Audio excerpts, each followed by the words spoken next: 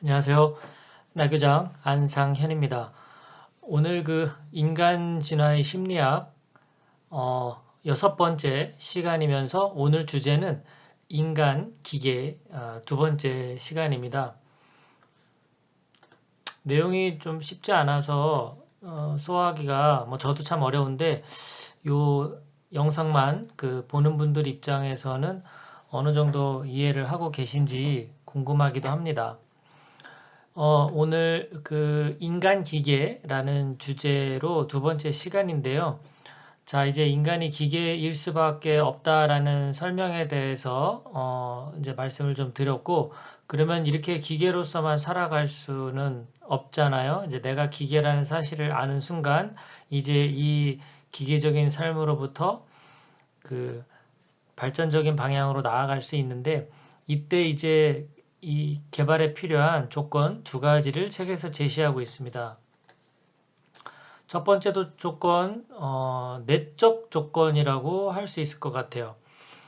자신의 그런 성장을 추구하는 사람, 이런 사람이 개발에 대한 의지가 있겠죠. 그리고 자신의 기계적인 삶으로부터 이제 더 성장을 추구하게 될 텐데, 이런 성장을 추구하는 사람은 현재 상태를 멀리하려는 마음이 매우 강합니다. 지금보다 더 나아지고 싶은. 그리고 또 하나는 미래에 이루게 될 상태에 대해서도 매우 강하게 끌려요. 내가 어떤 모습이 되고자 하는 진화, 성장의 욕구가 있는 거죠. 욕구, 욕망, 이런 게.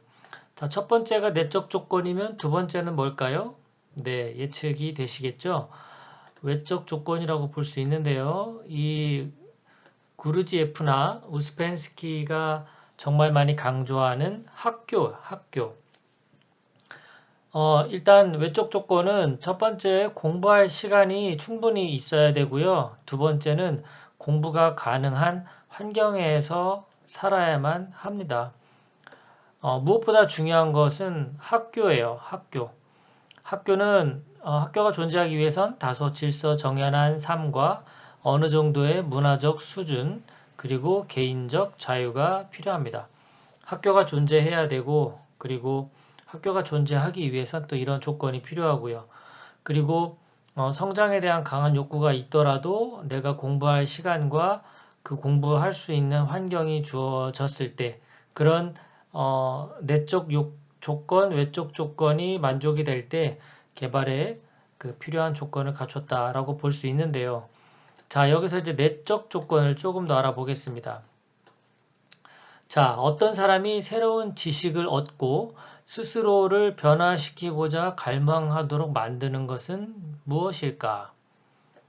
자, 이 책에서는 우선 두 가지에 대해서 두 가지 영향 아래에 우리 인간은 놓여져 있다라고 설명을 하고 있어요.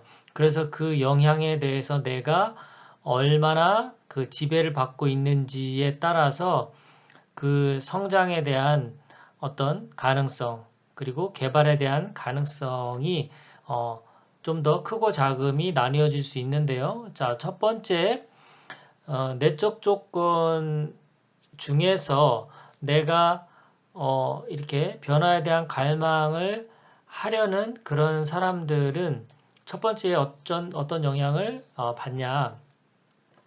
첫 번째 종류의 영향인데요. 이건 영향 A라고 줄여서 말씀을 드릴게요. 앞으로.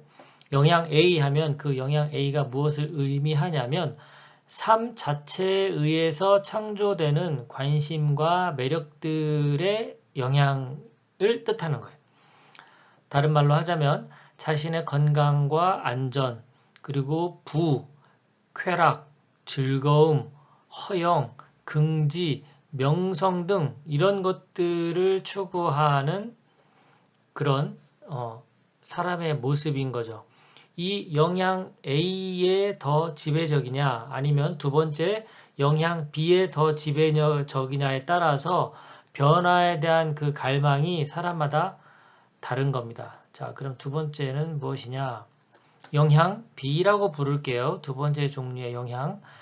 삶을 사는 가운데서가 아니라 학교에서 얻은 사상에 의해 일어나는 다른 차원의 관심들이라고 볼 수 있습니다. 이 영향은 사람에게 직접 닿지 않는다. 철학, 과학, 종교, 예술 등을 통해서 사람에게 닿는다. 언제나 첫 번째 종류의 영향과 결합되어 있으며 시간이 지나면 처음과 매우 다른 모습을 보이게 된다. 이것이 이제 성장하고 진화하는 모습의 그 과정인 거죠. 영향 A가 있고 영향 B가 있습니다. 어디에 더 우리가 지배적인 영향을 받느냐에 따라서 내가 변화에 대한 더 갈망이 생길 수도 있고 그런 어떤 성장이나 진화에 관심을 갖지 않을 수도 있다. 자, 그렇다면 개발 과정에 대해서 좀 정리를 해보면 영향 A가 있고 영향 B가 있는데 어디에 더 끌리는가? 자, 만약 영향 A의 지배를 받는 사람은 성장 가능성이 시간이 흐를수록 작아질 것이다. 왜냐하면 이 세상사 말하자면 눈에 보이는 이런 삶의 가치들의 그 어떤 영향권 안에 있는 사람이기 때문이죠. 자, 만약에 영향 B가 낳은 결과들이 충분히 강하다면, 그러니까 영향 A가 있고 영향 B가 있는데 이제 영향 B에 더 이렇게 더 관심을 많이 갖게 된 그런 사람들이겠죠. 그래서 이제 영향 B에 의해서 어떤 결과들이 만들어지는 거예요. 그러면 어떻게 되느냐? 그 결과들은 서로 융합하여 그 사람의 내면에 자기 센터를 만든다. 영향 A의 지배만 받지 않고 영향 B에 이제 더 우리가 주의를 기울여서 그 결과들이 만들어지기 시작하면 우리 내면에 이제 자기라는 센터가 만들어지는 거예요. 근데 이 자기는 앞서서 말씀드린 지적센터, 감정센터, 그리고 운동이나 본능센터와 같은 정수에 있는 센터가 아니라 이 자기센터는 인격에 들어있는 센터를 말합니다. 자, 자기센터를 조금 더 알아볼까요? 자기센터는 단순히 관심들의 집합이며 스스로 할 수 있는 것은 별로 없는 센터예요. 자기센터는 사람이 학교를 찾도록 만들어요. 그러니까 이런 자기센터가 만들어진 사람만이 학교에서 공부하고자 하는 열망이 생기는 겁니다. 자, 그래서 학교가 공부를 원하는 사람에게 가장 먼저 요구하는 것이 바로 이 자기센터의 소유예요. 그러니까 단순하게 이 삶 자체에 대한 삶 자체에 대해서 이 눈에 보이는 어떤 결과들에만 만족하며 사는 사람들에게는 사실 이 학교가 필요가 없는 거고 이 학교에서 배울 게 없는 거죠. 자기센터는 학교 입장에서는 그 일종의 안전장치가 되는 거예요. 학교에 들어온 사람들이 이 학교의 가르침을 잘 따를 수 있어야 되는데 그러려면 최소한의 이런 자기센터를 갖고 있어야 된다.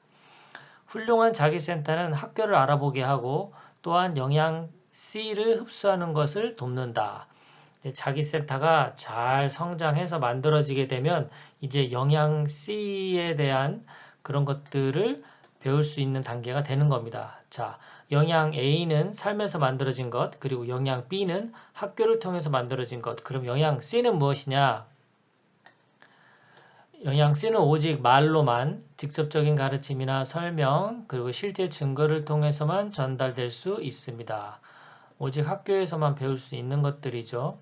그러면 학교에서 가르침을 하는 그분들은 어떤 사람들이겠습니까?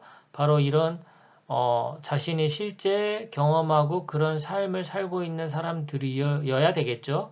왜? 이런 증거를 통해서만 전달할 수 있으니까요. 어떤 사람이 영양 C를 접하고 흡수한다면 자기 센터가 우연의 법칙으로부터 자유로워졌다고 말한다. 어려운 말입니다. 우연으로 되는 것이 아니죠. 이 자기 센터를 만들고 이 자기 센터를 훌륭하게 키워나가는 것은 우연이 아니라 이건 의지와 노력이에요. 이제부터는 자기 센터가 맡은 바를 수행하게 된다라고 말할 수 있는 거예요. 이제 영양 C를 접하고 흡수하는 그런 사람들 입장에서는요. 학교의 사상과 가르침이 자기 센터를 대신하여 인격의 다양한 파트로 스며들기 시작합니다. 시간이 흐를수록 그 사상과 가르침은 이제 정수 속으로도 침투를 하게 됩니다. 이러면서 우리가 진화를 거듭하게 되는 겁니다. 자, 오늘 인간 진화의 심리학 6번째, 그리고 인간은 기계다라는 주제로 2번째 시간 가져봤습니다. 감사합니다. 즐거운 하루 되십시오.